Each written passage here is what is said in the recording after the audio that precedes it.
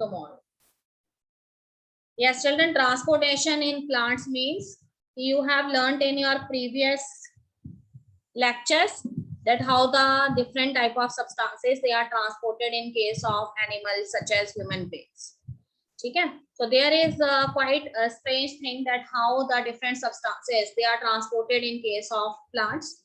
So here in this topic I am going to tell you about the transportation process in case of vascular plants. So if I am using the term vascular plants, अगर मैं vascular plant term use कर रही हूँ, so here I am talking about those plants which have specialized type of vascular bundles, or you can say they have special type of vascular tissues. ठीक है, as you have learned in your previous class 9th or in previous classes.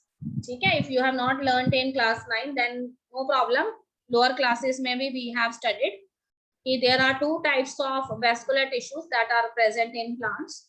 So one is known as xylem and another is known as phloem. So vascular tissues जो है xylem और phloem जो है उनके functions भी अलग अलग है. ठीक है, xylem जो है वो किसका transportation करती है and phloem जो है वो किसका transportation करती है, that is very much known to you.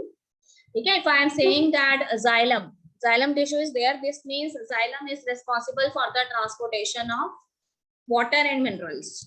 ठीक है, because in the soil not only the water molecules are there, the minerals in the form of ions they are also present in soil system. So whenever the plant roots they are trying to pull the water from the source of water, you can say soil, तो उसमें से वो कहते हैं कि सिर्फ water जो है वही plant की roots नहीं ले जा पाती हैं. ठीक है, minerals along with water they also enter into the cells of the root, and in this way they are transported to different parts of the plants through special type of tissues that are present in the plants, and these are known as the xylem tissues. So here I have written that there are two transport system in a plant. पहला system कौन सा है? One transport system is actually that system which transport water and minerals. ठीक है, तो you know that कि water is present inside the soil. ठीक है, सॉइल के अंदर वाटर टेबल है, वहां पे क्या प्रेजेंट है? Water present. And soil is also the reservoir or reserve house of so many minerals. So minerals are also there in the soil. So whenever the roots of the plant they have to pull water, not only the water molecules they enter into the cell, but along with the water molecules the minerals they also enter. ठीक है बेटे, अब वो कहते हैं कि कौन सा टिश्यू लेके जाता है, तो देखो वाटर जो है वो जाइलम लेके जाएगा, एंड जाइलम जो है वो वाटर जो है उसको ट्रांसपोर्ट करता है with the help of so many of its component cells that I will tell you in a very soon. ठीक है, another thing is कि leaves जो हैं they are actually the site where photosynthesis takes place.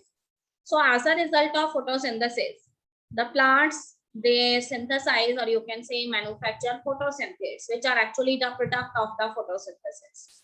ठीक है, तो ये क्या क्या चीजें हो सकती हैं photosynthesis के अंदर? तो कहते हैं कि it is actually the sugars that are produced as a result of photosynthesis. ठीक है, sugar is in the form of sucrose, and another thing is some proteins are also there which are in the form of amino acids. They are also synthesized in the leaf. So these all of these things they come under the photosynthesis. So there is one another system of transport, and that is transport through the phloem system. So phloem जो है, phloem के जो vessels हैं वो भी लेके जाते हैं. ठीक है, पर क्या लेके जाते हैं? तो कहते हैं कि वो ट्रांसपोर्टेशन करते हैं किसका? फोटोसिंथेसिस का. जबकि जाइलम टिश्यू जो है वो वाटर एंड मिनरल्स जो है उसका ट्रांसपोर्ट करते हैं, और दोनों के अंदर क्या प्रेजेंट है? उनके अपने कंपोनेंट सेल्स प्रेजेंट है. ठीक है, तो ट्रांसपोर्ट इन प्लांट्स के अंदर जाइलम जो है वो वाटर एंड मिनरल्स लेके जाएगा, और फ्लोएम क्या लेके जाएगा? शुगर्स लेके जाएगा जो फोटोसिंथेसिस का पार्ट है. ठीक है, और बल्क फ्लो होगा, सारे के सारे सब्सटेंसेस जो हैं वो एक साथ जो है वो फ्लोएम टिश्यू के अंदर मूव करेंगे. इसके अलावा कहता है कि there are some of the other organs that are also present in the plants. जैसे कि आपको पता है कि stomatas are there in the plants and they are concerned with the exchange of gases. ठीक है, तो यू नो दैट कि during the process of photosynthesis carbon dioxide gas is used, and at the end of the photosynthesis, ठीक है, जब फोटोसिंथेट्स बन जाते हैं, जब कार्बोहाइड्रेट्स बन जाते हैं, then oxygen gas it is evolved out and it is end product of the plant. तो इसके अलावा प्लांट में और भी बहुत सारे ऑर्गन्स प्रेजेंट है जो ट्रांसपोर्टेशन के अंदर इन्वॉल्व होते हैं, ठीक है। If you are talking about the vascular tissues और if you are talking about the vascular plants, तो यू मस्ट नो कि भाई वेस्कुलर प्लांट्स जो हैं वो टू टाइप्स के हैं, ठीक है। Those who comes under the category of gymnosperms and those who comes under the category of angiosperms, ठीक है। These terms are very much clear to you because you have learned in your previous classes कि gymnosperms जो हैं they are such type of plants, और you can say trees on the other hand, जिनमें की vascular tissues जो हैं अच्छे से डेवलप है, यानी जाइलम एंड फ्लोएम भी अच्छे से उनके अंदर डेवलप है। सिर्फ जिम्नोस्पर्म्स एंजियोस्पर्म्स से कैसे वेरी करते हैं कि जिम्नोस्पर्म्स जो हैं उनके अंदर सीड्स जो फॉर्म होते हैं वो नेकेड सीड्स होते हैं, एंड एंजियोस्पर्म्स जो हैं they have the seeds which are enclosed inside the fruit ball, but both of these they comes under the vascular plants because they have vascular tissues which are well developed in them, and these are known as the xylem and phloem tissues, ठीक है बेटे। Xylem tissues जो है उनका function है water and nutrients को लेके जाना जो मिनरल्स की फॉर्म में है। कहाँ से लेके जाते हैं, तो from the root of the plant and to the other parts of the plant, तो रूट से लेके स्टेम के अंदर भी जाएंगे, ब्रांचेस में भी, and from branches it goes to the leaves, ठीक है। लीव्स जो हैं, फ्लावर्स हैं, फ्रूट्स हैं, whatever is present on the plant, all of these they require water and minerals for their growth. तो सिमिलरली फ्लोएम का क्या फंक्शन है, तो कहते हैं कि फ्लोएम जो है वो जाइलम के पैरेलल ही रन करते हैं, बट वो क्या लेके जाते हैं, they always involved in the translocation of the sugar molecules which actually comes under the category of photosynthesis. So these sugar molecules they are actually produced in the leaf of the plant, ये plant के leaf के अंदर बनते हैं, और इसीलिए हमने plant का जो leaf है उसको क्या बोला है, source बोला है। और जिन टारगेट ऑर्गन्स तक ये फोटोसिंथेट्स जो है उनका ट्रांसपोर्टेशन करना है फ्लोएम ने, उसको हमने क्या बोला है, सिंक बोला है। So what is translocation? Translocation is actually the process of transport of photosynthetes from source, meaning leaves, to the sink, meaning other type of target organs. ठीक है, अदर टारगेट ऑर्गन्स जो हैं वो कुछ भी हो सकते हैं। देखिए लीव्स जो हैं उन्होंने अकेले फूड नहीं लेना, रूट्स को भी फूड चाहिए, स्टेम को भी चाहिए, ब्रांचेस को भी, फ्लावर्स को भी चाहिए, ठीक है, for the growth of the plant. So all of these they actually comes under these target organs, और उसके लिए हमने टर्म यूज की है यहाँ पर सिंक। तो सोर्स हमेशा लीफ होते हैं और सिंक हमेशा टारगेट ऑर्गन्स होते हैं। तो ट्रांसलोकेशन वर्ड का मतलब है it is the movement of the photosynthesis from source meaning leaves to sink meaning target organs. Yes children, here I have written something more about the xylem tissues. So xylem tissues they are responsible for the conduction of mineral salts, water from root to the upper region of the plant. और सिर्फ xylem जो है वो plant के अंदर transportation का ही काम नहीं करते हैं, they are also providing mechanical support to the plant body, ठीक है। If you remember the components of the xylem tissue, तो one of the component of xylem tissue is xylem fibres, और जाइलम फाइबर्स जो हैं जो water transport होता है xylem tissue में से, तो फिर वो कहता है कि ये जाइलम फाइबर्स जो हैं वो ट्रकीट्स और वेसल्स जो हैं उनकी वॉल्स में प्रेजेंट होते हैं, so that the bursting of the walls of tracheids and vessels it will not takes place, ठीक है। वाटर स्मूथली मूव कर सके, कोई वाटर का प्रेशर जो है वो वॉल्स के ऊपर ना पड़े, इसलिए the xylem fibres they are providing additional support and protection. another very important thing is कि sometimes we use the term wood for xylem, कई बार हम जाइलम के लिए वर्ड यूज करते हैं wood, तो कहीं ना कहीं the connection is there between xylem and wood। तो when in a plant, ठीक है, when a plant is a young plant, so initially in the plant primary xylem is there, but when the plant it becomes a older plant, तो ये primary xylem जो है उसकी जगह कौन ले लेती है, secondary xylem ले लेती है, और secondary xylem जो है और primary xylem के बाद आती है। तो देखो जो vascular tissues हैं xylem and phloem, उसके बीच में one kind of meristematic cells develop, आपने 9th क्लास में सुना हुआ है। These meristematic cells are known as lateral meristem and they are always present between xylem and phloem। तो ये lateral meristem जो है वो टू टाइप्स का होता है, vascular cambium and cork cambium। तो vascular cambium जो है वो हमेशा जब भी एक्टिव होता है वुड का फॉर्मेशन करता है, और जो कॉर्क कैम्बियम है वो किसी भी स्टेम के अंदर कॉर्क का फॉर्मेशन करता है। You are also seeing this cork If you observe the old tree, what you see on the stem of the old tree, the crushed epidermal layer is present. कटी फटी सी बुड आपको नजर आती है स्टेम के ऊपर, उसको हम कॉर्क कहते हैं। तो फिर ये जो वेस्कुलर कैम्बियम है ना, वो ज्यादा से ज्यादा जाइलम का फॉर्मेशन करता है, और जाइलम जो है जितनी ज्यादा बनती है उतना ही ज्यादा प्लांट के अंदर वुड फॉर्मेशन। ठीक है बेटे, जाइलम जो है it is made up of 3 type of component cells. First is known as tracheids, second is known as vessels, and third is known as xylem parenchyma, and fourth is known as xylem fibers।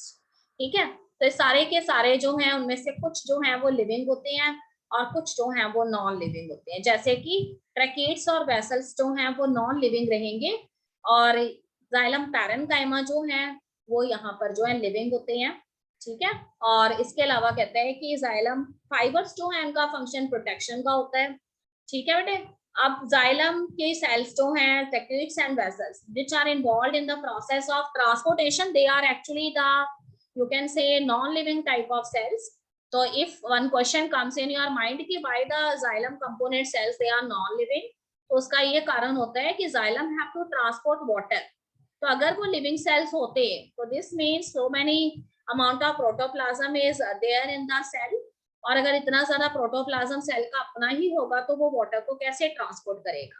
तो इसीलिए xylem जो है जब वो secondary stage में आ जाती है, जब वो सेकेंडरी जाइलम बन जाती है, तो उसके ट्रैकीड्स और वेसल्स का प्रोटोप्लाज्म जो है वो ड्राई अप होकर बाउंड्रीज पे चला जाता है, and inside the xylem no protoplasm is there, cavities are there, and through these cavities water is transported. Okay, but another very important thing about tracheids and vessel is that tracheids is involved in the short distance transport of water, whereas vessels they are involved in long distance transport of water। ठीक है, parenchyma tissue का function आपको मालूम है कि parenchyma tissue is involved in storage. So here if it is xylem parenchyma, this means it is involved in the storage of water and minerals. ठीक है, water and minerals जो इनको store करने का काम करता है जाइलम पैरेन्काइमा, इसी की वजह से आपको प्लांट्स ग्रीन नजर आते हैं। ठीक है, इसके अलावा जाइलम फाइबर्स का फंक्शन मैंने अभी आपको बताया कि xylem fibres they are actually present on the walls of these tracheids and vessels so that they can provide additional protection to these xylem these tracheids and vessels, ताकि जब water का movement fastly हो रहा है xylem tracheids and vessels में से, तो उनकी वॉल्स जो हैं वो बर्स्ट ना हो, इसलिए वहां पर जाइलम फाइबर्स प्रेजेंट होते हैं। ठीक है, जिनकी टेंसाइल स्ट्रेंथ बहुत ज्यादा होती है। Yes student, this is again the same thing, मैंने आपको बता दिया हुआ है ऑलरेडी। वेसल्स जो है वो जनरली एंजियोस्पर्म्स में होते हैं, which are known as flowering plants, क्योंकि वेसल्स का मेन फंक्शन है कि वो लॉन्ग डिस्टेंस ट्रांसपोर्ट करते हैं। तो ऐसे प्लांट्स में होंगे जो काफी ज्यादा हाइट रखते होंगे। ठीक है, ट्रैकीड्स जो हैं वो सभी वेस्कुलर प्लांट्स में प्रेजेंट होते हैं, जिम्नोस्पर्म्स में भी, एंजियोस्पर्म्स में भी, पर tracheids are narrow than vessels. Tracheids vessels से थोड़े से नैरो होते हैं, वेसल्स ब्रॉड होती हैं, और ट्रैकीड्स जो हैं वो हमेशा शॉर्ट डिस्टेंस ट्रांसपोर्ट करते हैं वाटर का। वो ऐसे ट्रीज जो उनकी हाइट बहुत ज्यादा है, in these trees the tracheids they are not transporting water, it is actually the vessels which are involved in transportation। और जाइलम के दोनों ही सेल्स ट्रैकीड्स एंड वेसल्स जो हैं वो डेड सेल्स हैं। ठीक है बेटे, ट्रैक्टरी एलिमेंट्स टर्म्स हमेशा हम जाइलम कंपोनेंट सेल्स के लिए यूज करते हैं, एंड आपको पता है they are of two types, tracheids and vessels. Tracheids elongated cells होते हैं, ट्यूब लाइक सेल्स हैं। ठीक है, इनके जो एंड्स होते हैं वो ओवल एंड्स होते हैं और टेपरिंग होते हैं, मींस बीच में से ब्रॉडर होंगे और एंड्स में से जो है ये नैरो होंगे। उसी तरह से कहते हैं कि इनकी जो वॉल्स होती हैं उनमें लिग्निन की डिपोजिशन हो रखी होती है, डेड टिश्यू है लिग्निन, और इसलिए इनकी वॉल्स जो है वहां पे लिग्निन डिपॉजिट हो रखा है। वेसल मेंबर्स जो हैं they are long and cylindrical, and ये ब्रॉडर होती हैं, ट्रैकीड्स के कंपैरिजन में ट्यूब लाइक होती हैं, और इनमें भी लिग्निफाइड वॉल्स प्रेजेंट। ठीक है, फंक्शन हमें मालूम है, वाटर कंडक्टिंग टिश्यू है जाइलम, फ्लोएम के साथ मिलकर वेस्कुलर टिश्यूज बनाता है और प्लांट को सपोर्ट भी प्रोवाइड करता है क्योंकि इसमें जाइलम फाइबर्स प्रेजेंट है। Now come on the phloem. Phloem tissue is found in vascular plants and it is involved in the transportation of food material from the leaves to the rest plant body. ठीक है, तो xylem और phloem अगर दोनों के एक साथ हम बोले तो हम उसके लिए टर्म यूज करते हैं vascular bundles. Now what is phloem? Phloem is involved in the movement of substances such as sugars along with some ions which are translocated from the leaf, actually which is the leaf is the source here. और sink जो है यहाँ पे कोई भी target organ हो सकता है, तो ये जो शुगर है आयंस है वो लीफ से इनका ट्रांसलोकेशन स्टार्ट होगा और उसके बाद जो है ये अलग अलग पार्ट्स जो है प्लांट के वहां तक ट्रांसलोकेट होंगे। मेन कंपोनेंट्स में सीव एलिमेंट्स आ जाते हैं और कंपेनियन सेल्स आ जाते हैं। देखिए सीव एलिमेंट्स जो है वो 2 टाइप्स के हैं, जैसे ट्रैकरी एलिमेंट्स 2 टाइप्स के थे। Sieve elements are of 2 type, sieve cells and sieve tube members. Sieve cells short distance translocation करते हैं फूड का and sieve tube members long distance translocation करते हैं फूड का। Along with that, companion cells are also present. आपने class 9th में पढ़ा है कि सीव ट्यूब एलिमेंट्स जो हैं उनके अपना न्यूक्लियस नहीं होता, so they do not know where to transport the food, so they actually get directions from the nucleus of the companion cells. इसलिए इन सेल्स को companion cells बोला है क्योंकि ये सीव ट्यूब एलिमेंट्स के साथ साथ ही चलते हैं और इनका न्यूक्लियस जो है वो सीव ट्यूब एलिमेंट्स को गाइड करता है कि कहाँ पे फूड ट्रांसलोकेट करना है। ठीक है बेटा, इसके अलावा फ्लोएम पैरेन्काइमा का फंक्शन है storage of food and phloem fibre का फंक्शन है provide protection during the translocation of food, because food बहुत ही बल्की होता है, हैवी होता है, सो से फ्लोएम के जो सीव ट्यूब एलिमेंट्स हैं उनकी वॉल्स बस्ट ना हो, इसलिए फ्लोएम फाइबर्स आर प्रेजेंट। ठीक है, this I have already repeated so no need again. Now this is the differences जो हैं पेशेंट देखिए, फ्लोएम जो है वो फूड एंड न्यूट्रिएंट्स को ट्रांसपोर्ट करता है, जाइलम वाटर एंड मिनरल्स को। ठीक है, फ्लोएम जो है वो बाई डायरेक्शनल ट्रांसपोर्ट करता है, तो हमेशा जो है फ्लोएम जो है वो क्योंकि उसने फूड ट्रांसपोर्ट करना है तो फूड जो है उसने स्टेम एंड ब्रांचेस को भी देना है, फूड उसने रूट्स को भी देना है, तो इसलिए दोनों ही डायरेक्शन में वो फूड ट्रांसपोर्ट करेगा। एंड जाइलम जो है it always transport food in a unidirectional manner, क्योंकि रूट्स जो है प्लांट्स की वो हमेशा बॉटम में होती हैं और बॉटम से जो रूट्स हैं वो सभी ऊपर वाले जो पार्ट्स हैं वहां पे वाटर ट्रांसपोर्ट करती है, मतलब वाटर रूट से जाना है तो ट्रांसपोर्ट कौन करेगा, जाइलम। नाउ फ्लोएम जो है it is present in root stem leave सभी जगह पे and xylem is also present in root stems and leaves. तो फ्लोएम में देखिए living tissue with brittle cytoplasm but no nucleus, and xylem on the other hand is dead tissue at maturity, mature होने पे dead tissue में convert हो जाता है। It is hollow, बीच में से खाली होती हैं, कैविटीज होती हैं, इसमें कोई सेल कंटेंट नहीं होता। फ्लोएम जो है उसको जब भी हम ड्रॉ करते हैं तो it is not star shape and xylem is star shape. ठीक है, now we come on the main topic, what do you mean by the term ascent of sap. ठीक है, तो here the term sap is actually used for water and minerals, because I have already discussed that in the soil not only the water molecules are present, along with the water molecules minerals they are also present, which are in the form of ions. So what is ascent of sap? Ascent of sap is the upward movement of water from the root to the aerial parts of the plant body. ठीक है, plant की जो body है उसमें वो कहते हैं कि जब वाटर जो है उसका अपवर्ड मूवमेंट होता है, ठीक है, वाटर का अपवर्ड मूवमेंट होता है रूट से लेकर प्लांट के जो ऊपर वाले पार्ट के अंदर जो भी ऑर्गन्स हैं वहां तक वाटर जब ले जाया जाता है तो उसको हम कहते हैं एसेंट ऑफ सैप और ट्रांसलोकेशन ऑफ वाटर। फिर देखिए वाटर जो है it is very fascinating, it is very surprising कि whenever you see the trees which have very high height, जिसकी हाइट बहुत ज्यादा है ट्रीज की, तब भी वो ट्री अगर आपको ग्रीन नजर आता है तो कहते हैं कि इसका मतलब ये है कि वाटर जो है it finally reaches at that leaf of the tree also which is actually present at the upward position. सबसे ऊपर जो लीफ है वहां तक भी वाटर पहुंचा हुआ है, तो ये बहुत ही सरप्राइजिंग है कि किस तरह से वाटर जो है it finally reaches the great heights of the trees which are actually equal to 400 feet.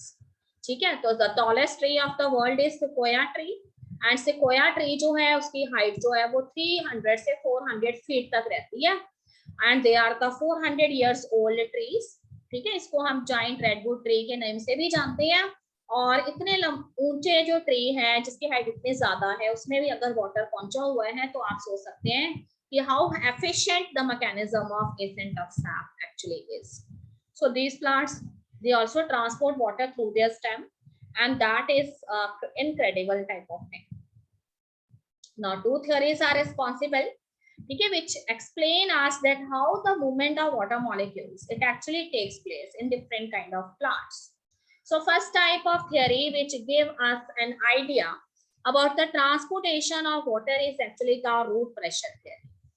ठीक है बेटे, रूट प्रेशर थ्योरी हमें क्या बताती है कि भाई रूट प्रेशर जो है kind of a pressure it develops in the cells of the root. Root के सेल्स जो है उनके अंदर एक प्रेशर डेवलप होता है और ये प्रेशर जो है उसी की वजह से वाटर और मिनरल्स जो हैं वो अलग अलग हाइट्स तक जो है वो ट्रांसपोर्ट होते हैं. ठीक है, तो how you understand this theory, तो आपने इसको ऐसे समझना है that the roots of the plants they are those organs of the plants which are in contact with the water table that is present inside the soil. तो देखो plants जो है जितना बड़ा प्लांट होता है, जितना बड़ा ट्री होता है, उतनी ही गहरी होती है उसकी रूट्स. ठीक है, तो इसका मतलब the first cell of the root it is always in contact with the source of water, that is water table. Now what you see that plenty of water is present inside the water table and very less water is present there inside the first cell of the root. ठीक है, तो अब क्या होगा, water जो है वो rush करेगा सॉइल में से, वाटर टेबल में से, क्योंकि फर्स्ट सेल जो है रूट का उसमें बिल्कुल भी वाटर नहीं है.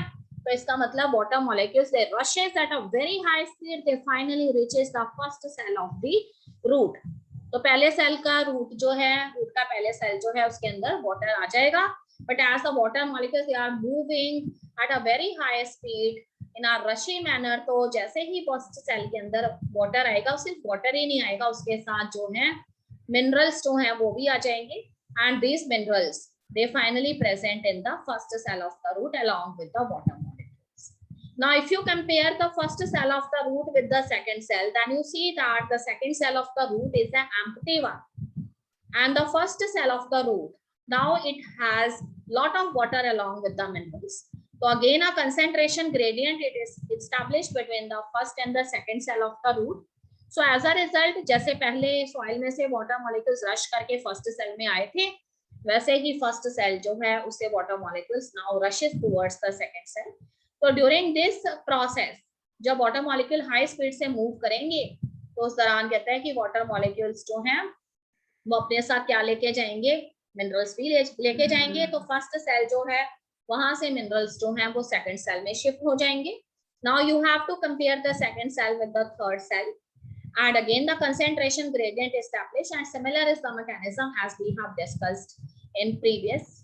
ठीक है, तो इस तरह से वाटर जो है वो रूट्स के सभी सेल से एक सेल से दूसरे सेल में शिफ्ट होता जाएगा on the basis of the concentration gradient that is established between the adjacent cells. In this way the water molecules they finally reaches the tree at a particular height. हम ये नहीं कहते कि water जो है वो टॉप ऑफ द ट्री तक पहुंच जाएगा, बट रूट प्रेशर थ्योरी जो है वो ये कहती है कि वाटर जो है उसके मिडल तक जो है ट्री के पहुंच जाता है with the help of this positive pressure which develops in the root cells. ठीक है, and what you see that how these water molecules they are moving through these xylem tissues, so they always move in the form of stream of molecules. ठीक है, आपको पूरा का पूरा column of water molecule जो है move करते हुए नजर आते हैं अपवर्ड डायरेक्शन में, जाइलम ट्रैकीड्स के जरिए और जाइलम वेसल्स के जरिए, और रूट प्रेशर जो है उससे मिडल ऑफ द प्लांट तक वाटर जो है वो ट्रांसपोर्ट हो जाता है. और जो टेंशन यहाँ पे डेवलप होती है वाटर मॉलिक्यूल्स की, it is a positive tension, and by that positive force the water molecules they are pushes in forward direction. And in this way, as I'm saying ki all the water molecules they are moving in a column like arrangement, so this means attractive force is present between the water molecules. ठीक है, adjacent water molecule अगर एक दूसरे के साथ column like fashion में move करें, इसका मतलब एडजेसेंट वाटर मॉलिक्यूल्स में अट्रैक्टिव फोर्सेस हैं. तो दिस टाइप ऑफ फोर्सेस, ठीक है, ये जो फोर्सेस हैं जो वाटर मॉलिक्यूल्स को एक दूसरे के साथ बांध के रखते हैं, इन्हें हम कैपिलरी फोर्सेस कहते हैं. So now root pressure is, what is root pressure?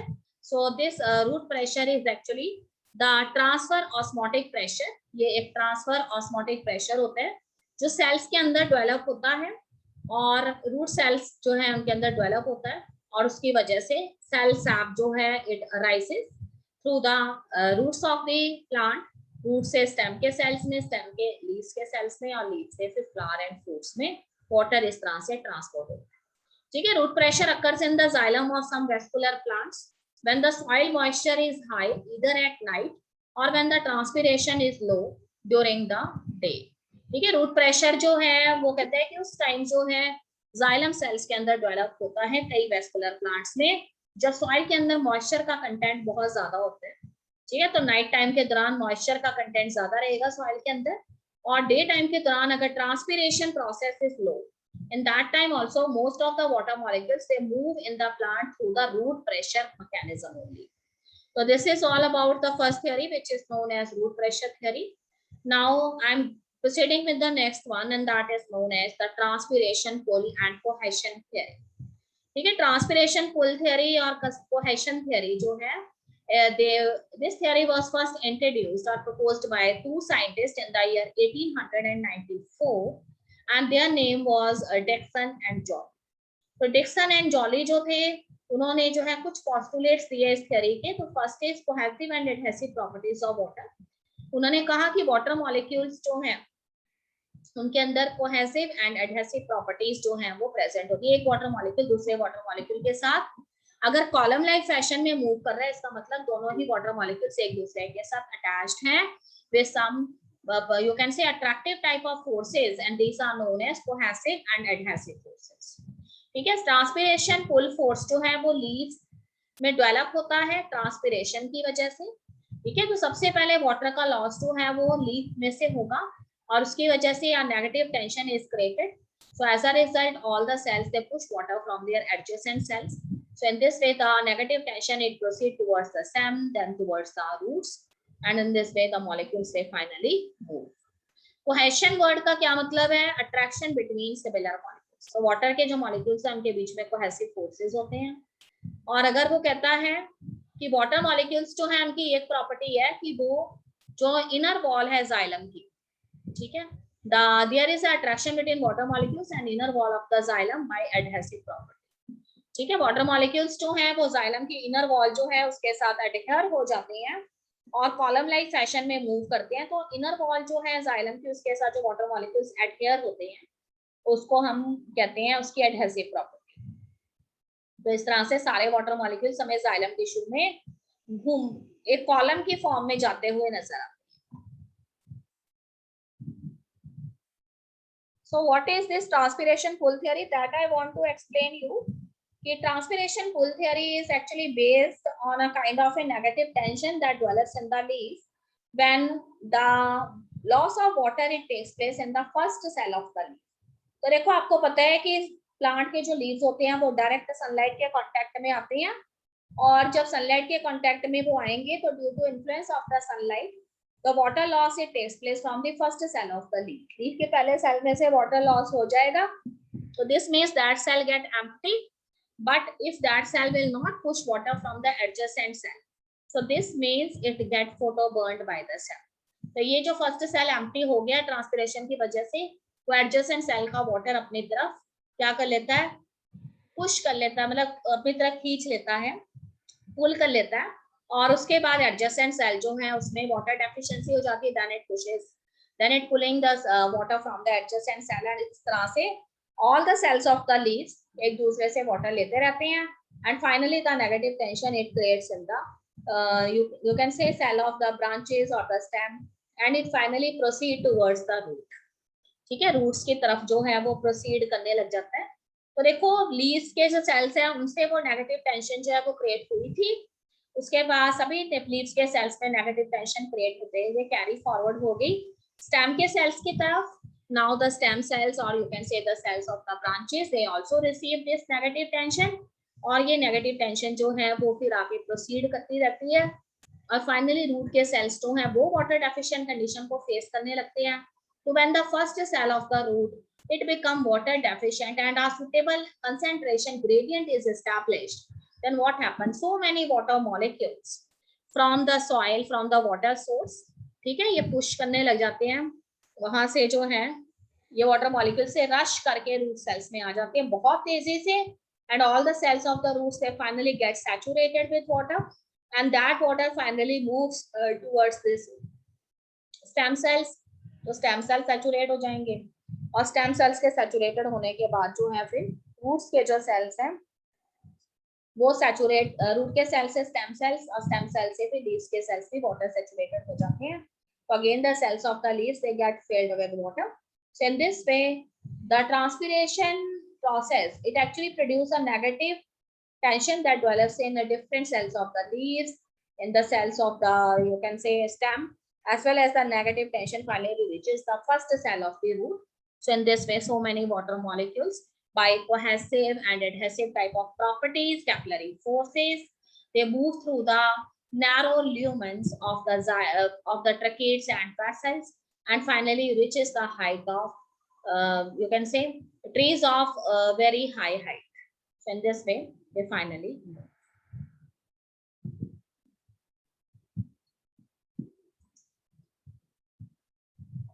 Wait Moksha 1 minute.